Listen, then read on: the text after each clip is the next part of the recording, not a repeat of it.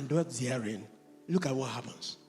And when thy herds and thy flocks and thy flocks multiply, and thy silvers and thy gold is multiplied, and all that I have promised you has happened. All I have shown you, all the prophecy has come to pass. Look at the next verse. Then thy heart be lifted up. This is God's fear. This is God's fear. This is the fear God has on believers. After that have all the promises, great accomplishment has happened. Will you take it out from God? Will you walk out of God? God will rather keep you single than get you married and you backslide. I'm sorry, but it's true. I'm sorry. When I wanted to leave Nigeria, I was going for hunt. I was on a hunt for money. I was on a serious hunt. That's why I know God will bless me in this thing. No.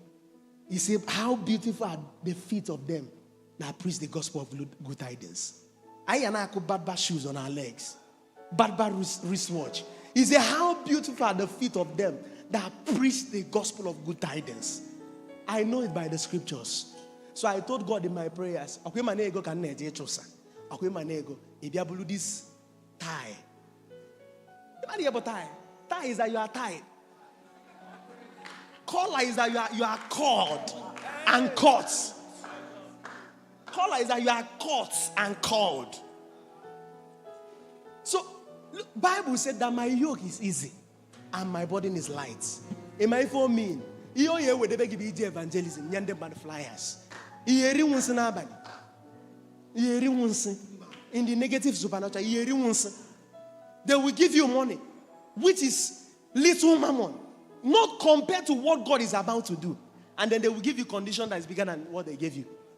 Is that one health? Is that one life? Is that one prosperity? But he said the blessings of the Lord, it maketh rich. Oh, he said an added nose. It does not come with sorrows. He said if God finally bless a man, it will be written that this one is blessed of God. But the only thing is, beware that your heart be not lifted up. That's what God is saying. We are talking about birthday. Some persons are planning. Elubahana 15, about July, in Biarebe Church. You are not smart. No, you are not smart. God wants to have his people. He says it shall come to pass in the last days. That the mountain of the Lord's house, church is, you will see billionaires park their cars in church. And some of them are ushers. God wants to make boast in your prosperity.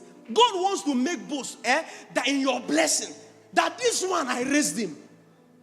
Man, I trust him. I trust him.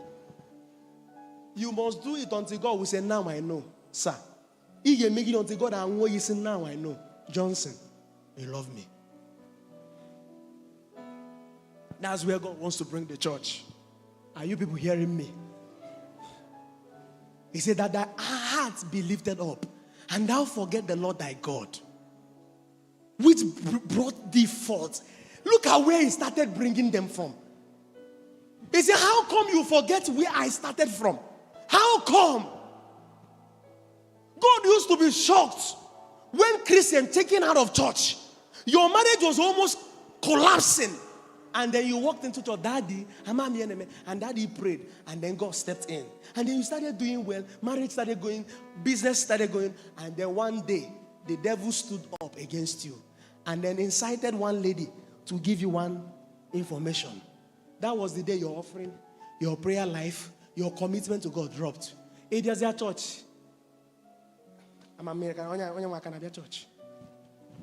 The place you were holding high. This is what God is doing. Thank God for Bethel after a while. That is why Proverbs 4:23, he said, guide your heart with all diligence. He said, why? Because out of it are the issues of life. He said, be careful. Guide your heart very well, so that it will not be lifted up high and up. And you forget the Lord thy God, which brought thee out of the land of Egypt. And he also put the house of bondage. Look at next verse. Look at verse 15. Oh, he said, who led you through the great and terrible wilderness? wherein we are fiery serpents and scorpions and drought, where there was no water. He said, who brought thee forth?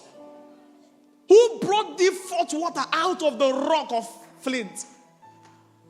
He said, will you play down on all these magics I did? All these dramas I did to win you. Will you play down on it? Will you? It hurts God. After we have been teaching you all these precepts of God, teach you the ordinances of God, and then you are using it in your family, it's working. And when it's now time, can I be sincere to you? Don't forget this. You can't help God. You can only lend God help. Write it down. In your pastor offering, don't feel that you are helping the man of God. You are lending God help.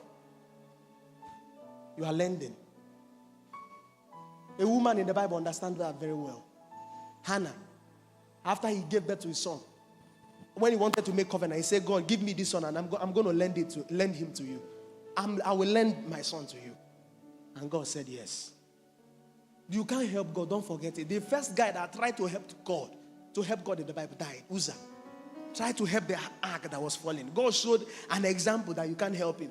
God killed him instantly. The guy was on the quest of, I'm trying to help God. Don't ever put at the back of your mind, open a man on this church. Nobody is a monopoly. I'm telling you. Nobody. Even me, pastor. If my heart is lifted up, I will be dispensed. I'll be removed. I'll be removed. Who fed in the wilderness with manna, which their father knoweth not. God was trying to remind them again. And that humbled thee, that he might prove thee, to do thee great at the latter end. Look at next verse. Is there any other thing? And thou say in thy heart, my power and my might had gotten me this wealth. Are you seeing it? This is where some Christians come to. They say that pastor is looking for their money. You are desecrating holy things. He said, how come you come to this point? You are now saying that my power and my might has gotten me this wealth. He said, woe unto you. Look at the last verse. He said, but, O Israel, O Bethel city, thou shalt remember. Mark that word. Don't forget that word. Thou shalt remember. Thou shalt put to cognition. Thou shalt put, you are going to have retrospect that it is the Lord that giveth thee power to get wealth, that he might establish his covenant which he has sworn unto your father, as it is this day. Rise to your feet. I said to somebody, birthday daddy. I told him, it's better, in fact, don't come to church. Don't give in church. But you see daddy's birthday, don't joke with it.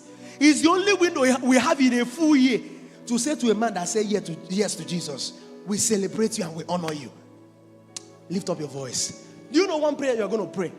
I wrote it down on my parchment. Do you know one prayer you're going to pray? Lord, in any way I have opened my mouth, my heart has lifted up, my heart has lifted high to depend on the arms of the flesh. In any way, by any means, I wouldn't know how I have placed my trust on my work ethics, on my systems. Lord, help me and forgive me. Some of you will need to start asking for forgiveness. Go ahead and pray right now. Stand up on your feet, everybody. Go ahead and pray. Maloba handa sana kababa. Shana makanda bohondo kanda. People of God, I want you to pray. Go ahead and pray. By any means, I have trusted my skill.